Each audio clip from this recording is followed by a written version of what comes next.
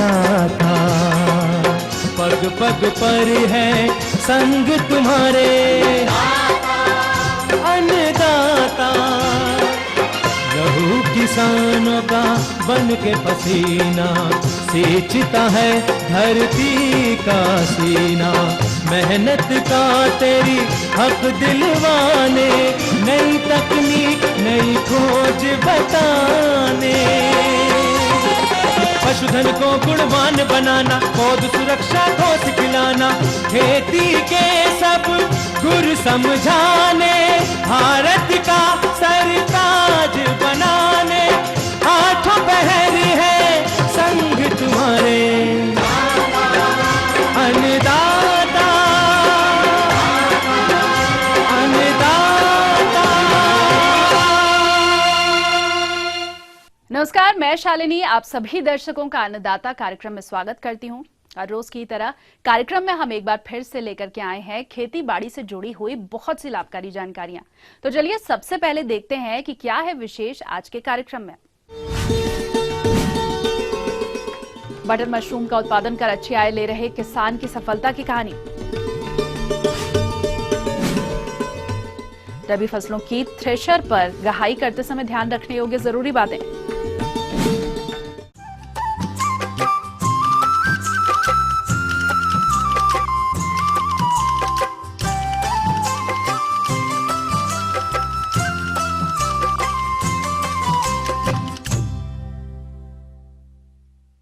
सच्ची लगन और कड़ी मेहनत से कोई भी व्यक्ति कुछ भी कर सकता है, और ऐसा ही कर दिखाया है धूमटोला जिला कटिहार के एक प्रगतिशील कृषक क्षितिज चंद ने, जो कि पहले अपने खेतों में परंपरागत तरीके से खेती करते थे, उसमें अच्छा लाभ उन्हें नहीं मिल पा रहा था, और इसी कारण उन्होंने इसके साथ साथ बटन मशरूम की खेती को अपनाया। और आज बटन मशरूम की अच्छी आय वो प्राप्त कर रहे हैं, जो कि अन्य किसानों के लिए एक मिसाल बन चुकी है। तो आइए इनसे मिलकर के जानते हैं इनकी बटन मशरूम की खेती की सफलता की कहानी।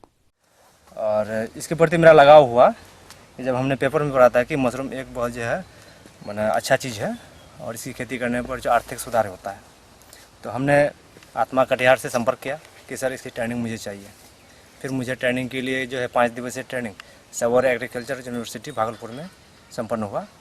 इसके पश्चात मैं जो है एक पार्टनर का खोज किया, जो मेरे साथ जो मलिन जी अभी हैं। फिर दोनों आदमी मिलकर स्टडी किए और इस काम में उतरे। सबसे पहले अगले वर्ष हम लोगों के गेहूं का भूसा स्टॉक किए। भूसा स्टॉक करने के बाद उसको जो मटेरियल लगता है उसको कंपोस्ट तैयार किया।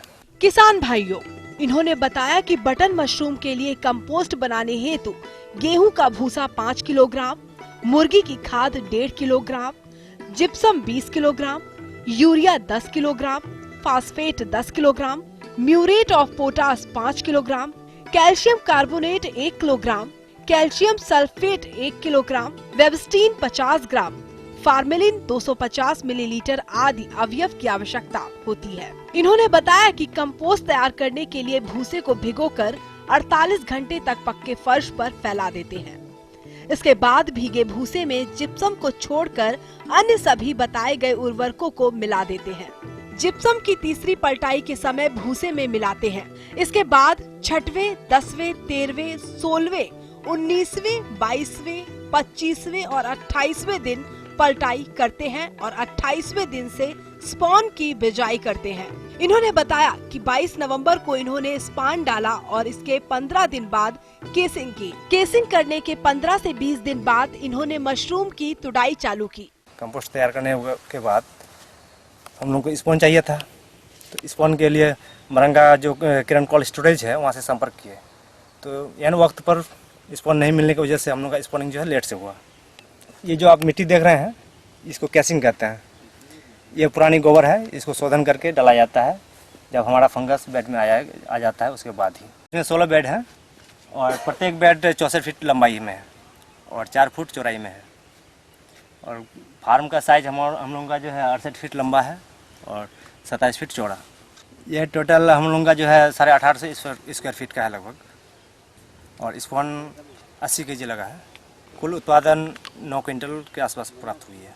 इन्होंने बताया कि बटन मशरूम के उत्पादन में कुछ सावधानी बरतनी जरूरी है, क्योंकि थोड़ी सी लापरवाही होने पर पूरे मशरूम कक्ष में हानिकारक फफूंद का प्रकोप होने की संभावना बनी रहती है। इसलिए टेम्परेचर को कंट्रोल करने के लिए कॉइल जरूरी है, ताकि हमारा प्लास्टिक जो है में धूप न लगे। बटन मशरूम करने के लिए बहुत सारी सावधानियां हैं। सबसे पहले तो स्टेलाइज किया हुआ हर सामान यूज करना पड़ेगा और तापमान पर भी ध्यान रखना पड़ेगा, क्योंकि ये फलन का अवस्था में 14 से 18 डिग्री के बीच में तापमान को रखनी चाहिए। ह्यूमिडिटी भी इसमें 70% रखना चाहिए और जो इसमें काम करेंगे हाथ धोकर करना चाहिए। इन्होंने बताया कि अभी तक बटन मशरूम का 9 कुंटल उत्पादन प्राप्त कर चुके हैं और आगे भी अच्छे उत्पादन की आशा है। इन्होंने बताया अभी पहली बार मशरूम की खेती है, इससे लागत लगभग 80,000 रुपए आई, लेकिन आने वाले सालों में लागत कम आएगी और इससे अधिक मुनाफा मिलेगा। इस बार बटन मशरूम की खेती से इन्हें 1,08,000 रुपए की आमदनी प्राप्त हुई, जिसमें से 80,000 रुपए लागत को काटकर इन्हें 28,000 रुपए की शुद्ध आमदनी प्राप्त हुई। इस प्रकार किसान भाइयों, क्षितिज जी की तरह आप भी बटन मशरूम की खेती कर अच्छा लाभ ले सकते हैं। यह हमारा जो है 2-3 महीने का ही खेती है। गर्मी आने पर यह खेती समाप्त हो जाता है, बटन मशरूम।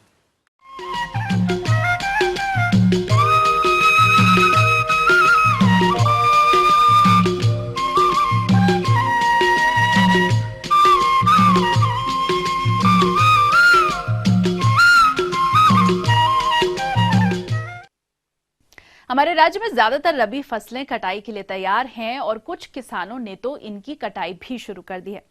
ऐसे में हमारे जो किसान भाई इन कटी हुई रबी फसलों की गहाई थ्रेशर से करते हैं, उन्हें गहाई के समय कुछ महत्वपूर्ण बातों को ध्यान में रखना जरूरी होता है, जिससे दुर्घटनाओं से बचने के साथ साथ उपज की क्वालिटी और सही मात्रा भी मिले। तो इस बारे में अपने सुझाव दे रहे हैं कृषि वैज्ञानिक डॉक्टर धर्मेंद्र सिंह। और इस समय हम चर्चा करेंगे कि जो आजकल थ्रेशर या कटर आ रहे हैं, उससे जो हम कैसे जो है आप अपना जो सरसों है, गेहूं है, उसकी निकासी करें। जो है किसान भाइयों, अभी रबी फसलों की कटाई का समय चल रहा है और मौसम में हो रहे बदलाव को देखते हुए आप खेतों में खड़ी फसलों की कटाई करने के बाद उन्हें खलिहान में सुखाकर तुरंत थ्रेसिंग करें, जिससे आपकी फसलों को ओलावृष्टि और बरसात से कोई नुकसान ना हो पाए। किसान भाइयों की आजकल जो है सभी लोग थ्रेशर और कटर का उपयोग करते हैं, क्योंकि इससे जो है हम 1 घंटे में करीब 6 कुंटल 7 कुंटल से लेकर के 10 कुंटल प्रति घंटे की दर से जो है हम इसकी निकासी कर सकते हैं। क्योंकि आजकल हम देख रहे हैं कि जलवायु परिवर्तन हो रहा है और उससे जो है कभी कभी जो है मौसम बहुत तेज़ी से ख़राब होता है और उससे जो है हमारा जो फसल है, जो आदान है, वो भी हमारा घर नहीं आ पाता और खलिहान में ही ख़राब हो जाता है।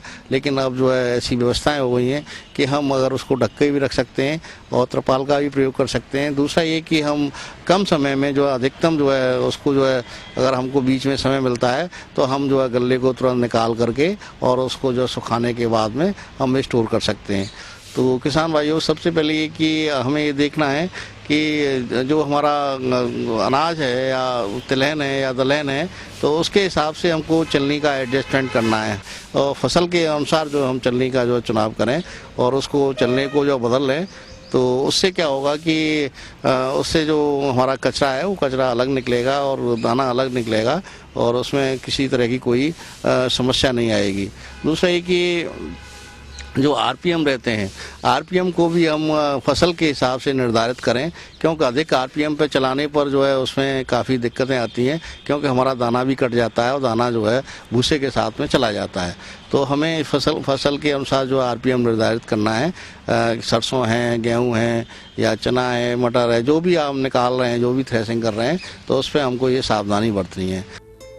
हमारे कुछ किसान भाई फसलों की थ्रेसिंग करते समय लापरवाही करते हैं, जिससे दुर्घटना होने की संभावना बनी रहती है। इसलिए आप थ्रेसिंग करते समय इन बताई जा रही सावधानियों को ध्यान में रखते हुए कार्य करें। दूसरा ये कि किसान भाइयों की आप आजकल देख रहे हैं कि छोटी छोटी दुर्घटनाएं भी हो जाती हैं जब हम थ्रेसिंग करते हैं, क्योंकि हम देखते हैं कि जहाँ भी थ्रेसिंग लगाना है वहाँ पर हाई टेंशन लाइन वगैरह नहीं होना चाहिए। दूसरा ये कि जो भी मजदूर कार्य कर रहे हैं वो ढीले कपड़े नहीं पहने, क्यों कभी कभी क्या होता है कि ढीले कपड़े पहनते हैं और कहीं उलझ जाते हैं, तो उससे जो है कभी कभी दुर्घटनाएं हो जाती हैं।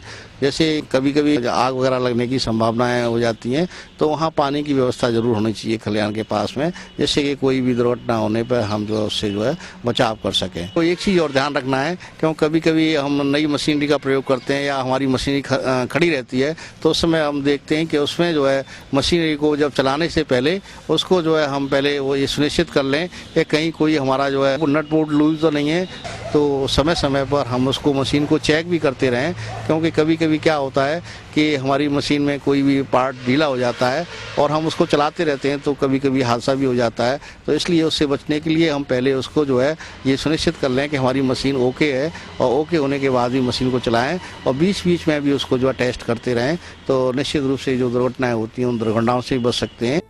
किसान भाइयों, थ्रेसिंग करने के बाद फसलों के उत्पाद को अधिक दिनों तक सुरक्षित भंडारण करने के लिए आप क्या करें और थ्रेसर खरीदने पर सरकार द्वारा कितना अनुदान दे है, आइए जानते हैं। उसे कि जब हम गल्ले को निकालते हैं तो उस समय उसमें काफ़ी नमी रहती है, तो किसान भाइयों उस समय ये भी हमें देखना है कि इसमें नमी को कम करने के लिए हमें क्या करना है कि उसको जो है धूप में पहले सुखाओ और सुखाने के बाद में छाया में रखो, और उसके बाद में हमें स्टोर करना चाहिए। क्योंकि हम देखते हैं कि खलिहान में हम जब धूप में उसको निकालते हैं और धूप में सुखाने के बाद तत्काल हम जो है ठंडे स्थान पर रख देते हैं, स्टोर कर देते हैं, तो उसमें कीड़े बीमारी पनपने की काफ़ी संभावना रहती है। तो उसको सुरक्षित रखने के लिए ज़रूरी है कि पहले हम उसको सुखाएं और सुखाने के बाद में छाया में ठंडा करें, और ठंडा करने के बाद में जो हम उसका जो है प्रयोग करें। तो किसान भाइयों आप इस तरह से अगर करेंगे तो निश्चित रूप से जो हमारी फसल है समय से हम उसकी निकासी कर सकते हैं, और समय से निकासी करने के बाद में हम समय से उसको स्टोर कर सकते हैं, जिससे कि जो स्टोर होने में जो नुकसान होता है उससे जो है हम बच सकते हैं। तो आजकल हम देख रहे हैं कि जो भी थ्रेसर आ रहे हैं वो करीब 1 से लेकर के 1.25 लाख रुपए तक कीमत है इसकी, और शासन इस पर 50% तक अनुदान भी दे रहा है, और कीमत जो है ये अलग अलग कंपनी की अलग अलग हो सकती है। तो किसान भाइयों जब भी आप इसको लें तो अच्छी कंपनी का लें, ISI मार्क का लें, और उस पर जो शासन द्वारा अनुदान है आप कहीं से भी खरीद करके और शासन को आप जो है अनुदान उससे ले सकते हैं, तो जिससे कि इसका जो अधिकतम प्रयोग करें। ये थी कुछ उपयोगी जानकारियां। अब लेंगे एक छोटा सा ब्रेक, जल्द हाजिर होंगे।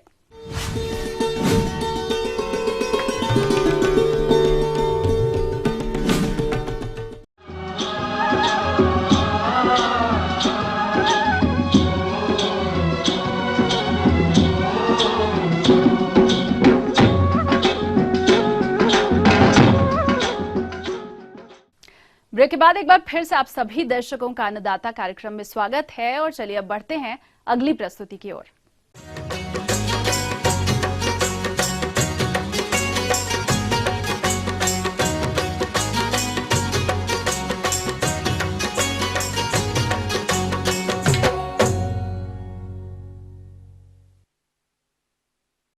हमारे प्रदेश के जिन किसानों ने अगेती लौकी की फसल लगाई है वो बढ़वार की अवस्था पर है, और इस फसल से अधिक उपज लेने के लिए जरूरी है कि फसल में सिंचाई और उर्वरक प्रबंधन के साथ साथ कीट और रोगों का भी उचित समय पर नियंत्रण किया जाए। तो इन्हीं सब कार्यों को कब और कैसे करना है, इस बारे में सुझाव दे रहे हैं कृषि वैज्ञानिक डॉक्टर RL भारद्वाज। लौकी में सामान्यतया सिंचाई की बात करते हैं। किसी भी फसल की उचित वृद्धि और विकास में सिंचाई का भी एक महत्वपूर्ण योगदान होता है। इससे फसल में पानी की कमी नहीं होती, साथ ही साथ फसल के उत्पादन में बढ़ोतरी होती है। जो ग्रीष्मकालीन फसलें हैं उसमें 5 से 6 दिन के अंतर पे सिंचाई करनी चाहिए, और इसमें सिंचाई हमेशा नालियों में ही करनी चाहिए। वर्षाकालीन फसल में सिंचाई की बहुत ज्यादा आवश्यकता नहीं होती है। जब बारिश नहीं हो रही हो तो 10 से 12 दिन के अंतर पे सिंचाई करें। फसल की बढ़वार को बाधित करने में खरपतवार काफी हद तक जिम्मेदार होते हैं। अगर हमारे किसान भाई लौकी की फसल में उचित समय पर खरपतवारों का नियंत्रण कर लेते हैं तो उन्हें फसल की उचित बढ़वार के साथ साथ आगे चलकर इससे अधिक उपज की प्राप्ति होती है। इसमें बुआई करने के करीबन 30 दिन बाद में एक बार अच्छी गुड़ाई करके इसमें खरपतवार नियंत्रण कर देना चाहिए और लगभग 45 दिन बाद में जो भी खरपतवार बीच में और दिखाई दे उन्हें निकाल दे। उसके बाद में इस फसल पे खरपतवारों का बहुत बड़ा प्रभाव नहीं पड़ता है। इसमें जो पोषण प्रबंधन की बात है, मुख्य रूप से इसमें बेसल डोज ही दी जाती है, पर खड़ी फसल में आप 30 दिन पे लगभग 20 से 25 किलोग्राम नत्रजन और 60 दिन पे इतनी ही मात्रा पुनः दे सकते हैं अगर फसल में किसी भी प्रकार की कमजोरी दिखाई दे रही है तो। इसके साथ साथ में जहां तक सवाल है इसमें कीट और रोग प्रबंधन का, लौकी की फसल में कभी कभी कुछ हानिकारक कीटों का प्रकोप देखने में आता है जिससे फसल की बढ़वार बाधित होती है और समय पर इन कीटों का नियंत्रण नहीं करने पर इसका विपरीत प्रभाव फसल से मिलने वाले उत्पादन पर भी पड़ता है। तो लौकी की फसल को कौन कौन से कीट क्षति पहुंचाते हैं तथा उनका नियंत्रण किस तरह से करना है, आइए जानते हैं। इसमें एक कीट लगता है लाल भृंग। लाल रंग का धब्बे वाला एक कीट होता है जो पत्तियों को काफी नुकसान पहुंचाता है और इसके नियंत्रण के लिए एसीफेड 75 EC का जो आता है उसकी लगभग 7.5 ml मात्रा 15 लीटर पानी में मिला करके हम छिड़काव कर सकते हैं और बहुत ज़्यादा प्रकोप हो रहा हो तो उसको पुनः दोहराया जा सकता है। इसके साथ साथ में इसमें जो दूसरा फल मिक्की करके एक कीट लगता है जो फलों के अंदर कीड़े पैदा हो जाते हैं, फल अंदर से काला हो जाता है और ये काफ़ी नुकसान पहुंचाता है। जब फल छोटे होते हैं उसी समय मक्खी इसमें अंडे छोड़ देती है और बड़े होने के बाद में फल कई बार जो है टेढ़े मेढ़े भी हो जाते हैं। इसके लिए किसान भाइयों ये कीजिए कि मेलाथियन जो 50 EC आती है उसकी 10 ml मात्रा से 20 चुग्गे बना करके 1 हेक्टेयर में करीबन 100 जगह रख दीजिए। तो फल मक्खी जो गुड़ का जो 20 चुग्गा बनाएंगे आप उसके ऊपर ये तुरंत प्रभाव से पहले अटैक करती है। तो जैसे ही ये मेलाथियन को अपने शरीर मिलेगी ये सारी नष्ट हो सकती है। इसके अलावा जैसे ही फ्रूट सेट होते हैं उस समय मेलाथियन या मिथाइल डेमेटोन की लगभग 20 से 25 ml मात्रा 15 लीटर पानी में मिला करके आप छिड़काव करें और 1 हेक्टेयर के लिए 450 से 550 लीटर पानी का आप इस्तेमाल करेंगे तो ज़्यादा अच्छा रहेगा, जिससे आपको ज़्यादा पैदावार मिलेगी और अच्छा उत्पादन प्राप्त होगा। आगे और भी है कुछ रोचक जानकारियां, पर यहाँ पर रुकेंगे एक और ब्रेक के लिए, जल्द हाजिर होंगे।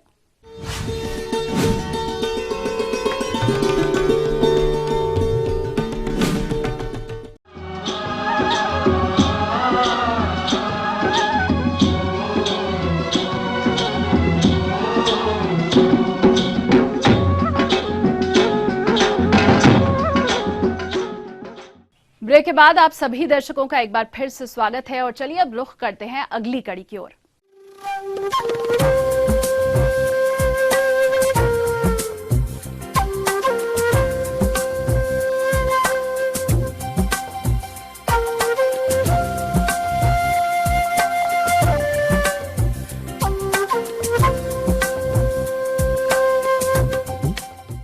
मौसम के अनुसार प्रबंधनों पर ही टिकी है आपकी खेती बाड़ी और इसीलिए मौसम पूर्वानुमान और उस पर आधारित साप्ताहिक कृषि सलाह इस प्रकार है। ग्रामीण कृषि मौसम सेवा भारत सरकार, बिरसा कृषि विश्वविद्यालय कांके रांची एवं राजेंद्र कृषि विश्वविद्यालय पूसा समस्तीपुर द्वारा भेजे गए मौसम पूर्वानुमान के आधार पर किसान भाइयों को सलाह दी जाती है कि जो किसान भाई धान का रोपा कर चुके हैं वे खेत में जल जमाव बनाए रखें। जिन किसान भाइयों की गेहूं की फसल इस समय बाली निकलने की अवस्था है उसमें सिंचाई करें। गर्मा फसल की बुआई से पहले मिट्टी में पर्याप्त नमी की जांच कर लें। नमी के अभाव में बीजों का अंकुरण प्रभावित हो सकता है। फलस्वरूप पौधों की संख्या में कमी होने की वजह से उपज प्रभावित होगी। गर्मा मौसम की सब्जियां जैसे भिंडी, कद्दू, करेला, खीरा एवं नेनुआ आदि की बुआई करें। बसंतकालीन मक्के की बुआई हेतु उपयुक्त समय है। इसके लिए उन्नत किस्में इस प्रकार से हैं।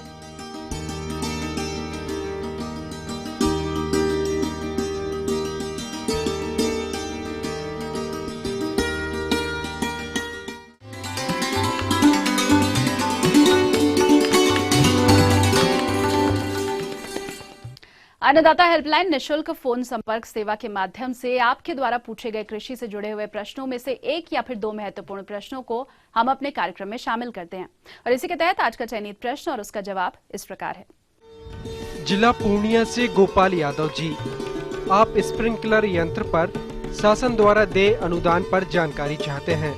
तो गोपाल जी आपकी जानकारी हेतु देखिए कार्यक्रम का यह अंश।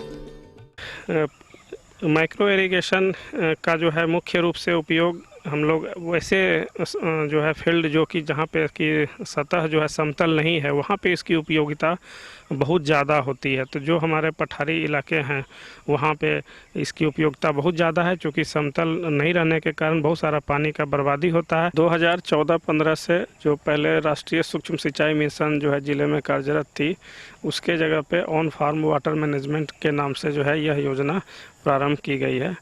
और यह जो है एक किसान इसमें कम से कम 0.2 एकड़ का इसमें लाभ ले सकते हैं और अधिकतम जो है 5 हेक्टेयर तक का लाभ ले सकते हैं। वैसे ज़िले जो सूखा प्रभावित ज़िले हैं जैसे औरंगाबाद, गया इत्यादि, और ऐसे ज़िले जो कि जहाँ पे पानी हमारा पर्याप्त मात्रा में है, कटिहार और इसी कैटेगरी में आता है। इसमें 2 कैटेगरी है किसानों के, जो किसान सामान्य किसान हैं और लघु सीमांत किसान हैं। तो जो हमारे लघु सीमांत किसान है उसको, जो सूखा प्रभावित ज़िला है उसको 60% अनुदान है, और सामान्य जो किसान हैं उनको 45% अनुदान है। वही जहाँ पर्याप्त मात्रा में पानी है जैसे कटिहार ज़िला है, तो यहाँ पे जो किसान है वहाँ सामान्य किसान को 35% और जो लघु सीमांत किसान है उनको 45% अनुदान का प्रावधान है। पिछले योजना के तुलना में इस बार ये देखा गया है कि जो किसान एक बार लाभ ले लेते हैं तो उनको फिर अगले 10 सालों तक हम लोग उसी ज़मीन पे उस किसान को दोबारा लाभ नहीं दे सकते हैं। जो निर्धारित लागत तय की गई है स्प्रिंकलर के लिए, उसमें जो पोर्टेबल स्प्रिंकलर है उसका दर है 19,100 रुपया प्रति हेक्टेयर, सेमी परमानेंट का 36,600 रुपया प्रति हेक्टेयर, और जो हमारा रेनगन है उसका 31,600 रुपया प्रति हेक्टेयर जो है तय किया गया है। और इसी राशि का हम लोग जो है 45% और 35% किसानों को दे सकते हैं।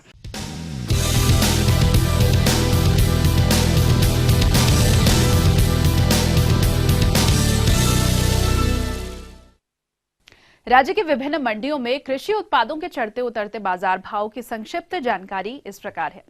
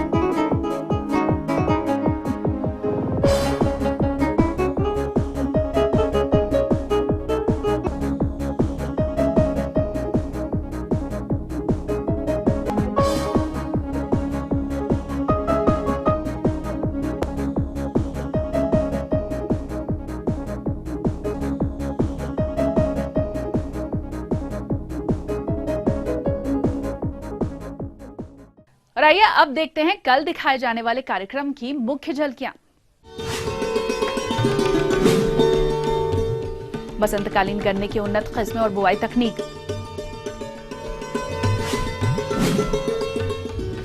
विभिन्न फसलों में दीमक कीट की रोकथाम पर जानकारी। हम ये उम्मीद करते हैं कि आज का कार्यक्रम आप सभी दर्शकों के लिए उपयोगी रहा होगा। किसान भाइयों, अन्नदाता आपकी सेवा के लिए संकल्परत है। कृषि संबंधित समस्या और सुझावों के लिए आप हमें इस पते पर संपर्क कर सकते हैं। प्रोड्यूसर अन्नदाता, ETV Bihar Jharkhand, Ramoji film city, Hyderabad 501512। साथ ही आप हमें ईमेल भी कर सकते हैं। हमारा ईमेल आईडी है annadatabihar@etv.co.in। इसके अलावा आप हमें निःशुल्क हेल्पलाइन नंबर 180010084599 पर सोमवार से शनिवार सुबह 10 से शाम 4 बजे के बीच संपर्क कर सकते हैं। तो फिलहाल अन्नदाता की पूरी टीम को इजाजत दीजिए। कल फिर से इसी समय आपसे मुलाकात होगी कृषि संबंधित कुछ और महत्वपूर्ण जानकारियों के साथ। नमस्कार।